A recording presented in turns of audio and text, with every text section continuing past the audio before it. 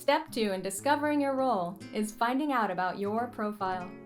To help you learn about profiles, we use a house metaphor. You can see the different themes for each of the lines here on this slide, which when combined, give us a very broad generic that helps paint the picture of how your costume looks on stage. Line 6 is the role model. Line 5 is the heretic.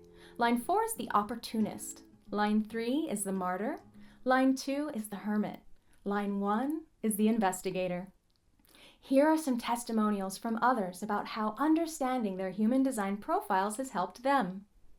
Pause the video if you'd like to read them, then hit play to move on. Profile not only tells you about yourself, it helps you know who others are and how to communicate with them. Let's explore the house metaphor in greater detail. The first line is represented by someone in the foundation of the house. If you are a first-line personality, your life is about investigating and getting to the bottom of things. You need to deeply understand how something works to have a solid foundation and feel secure in your process. It is important that you consciously focus on any area you take an interest in and gather as much information as possible to be well prepared to meet the outside world. You like to spend much of your time engaged in introspection, absorbed in your own process. The second line is represented by someone in the window of the first floor of the house, projecting out their natural abilities. If you are a second-line personality, you are self-absorbed, and like the first line, generally very much involved in your own process. Whereas the first-line person needs to study, you are here to share your innate talents when others call upon you. This happens often in your life. You are a naturally gifted person, possessing talents and skills related to your design. You prefer to be left undisturbed to nourish your talents, while an inherent barrier protects and shields you from unwanted outside interference. During this process, you await recognition. You will be called upon by others once you are ready to share your gifts with the world. The third line is represented as someone on a ladder between the first and second floors. If you are a third-line personality, you are resilient, adaptable, and an agent for change. A main theme in your life is the trial and error process, discovering what does and does not work on the material plane.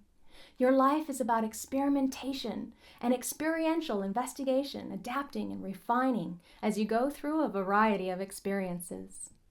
As a third-line personality, your learning entails making mistakes needed for your discovery process.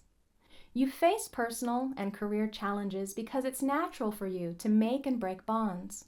But no matter what transpires, your secret in life is to stay with your process. You are not here to quit and give up because life is full of trial and error. To be able to stay with the same thing instead of jumping from job to job, it is necessary to do work that is stimulating and that continuously offers new things to do.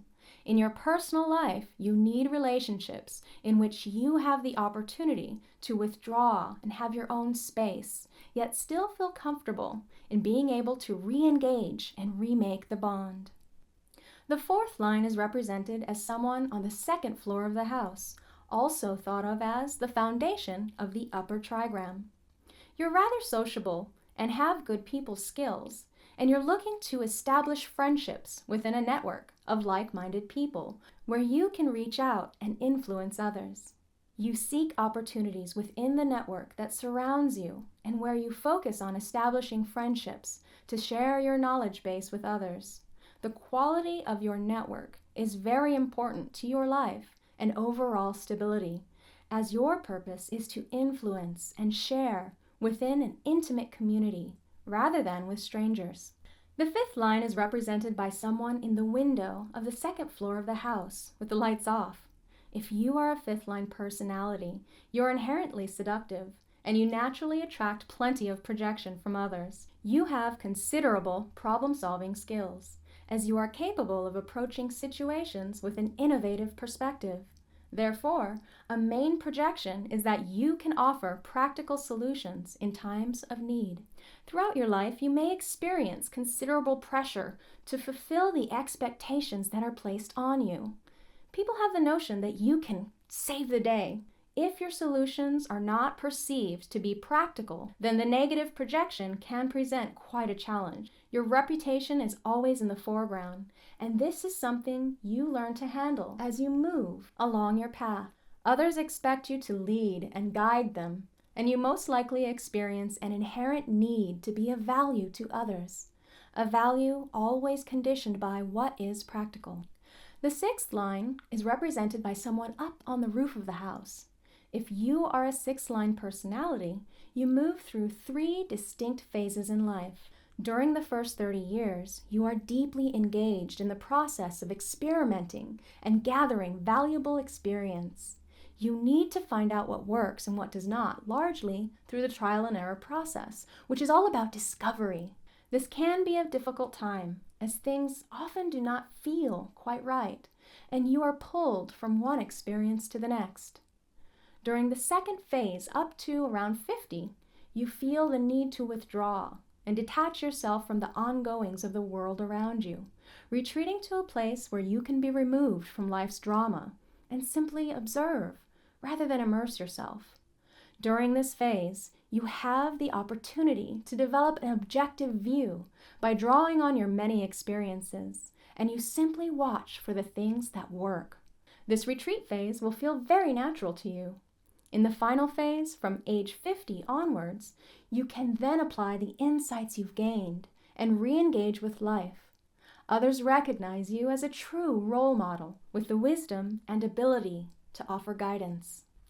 So that's a brief overview of the house metaphor and a look at the lines from a personality perspective.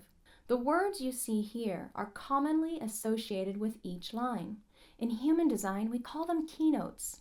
There are layers and layers of keynotes associated with each of the gates and lines, and the same lines of every gate in all 64 gates resonate to each other.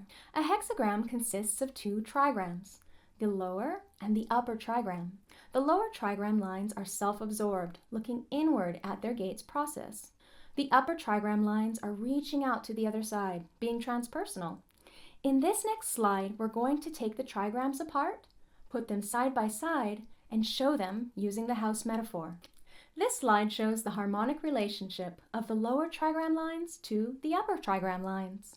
The first line, the Investigator, has a harmonic relationship to the fourth line, the Opportunist, both with their themes of being the foundation of their trigram.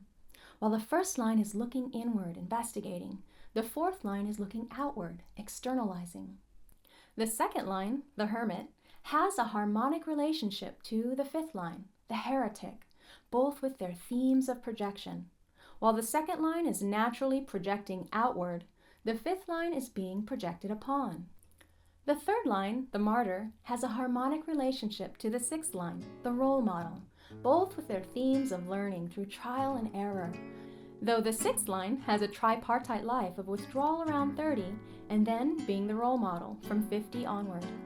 So step 3 is all about discovering your angle. Here in this chart you can find your profile on the left, then move to the right to see whether you are a left angle, juxtaposition, or a right angle. Join us in the next video for more on human design angles.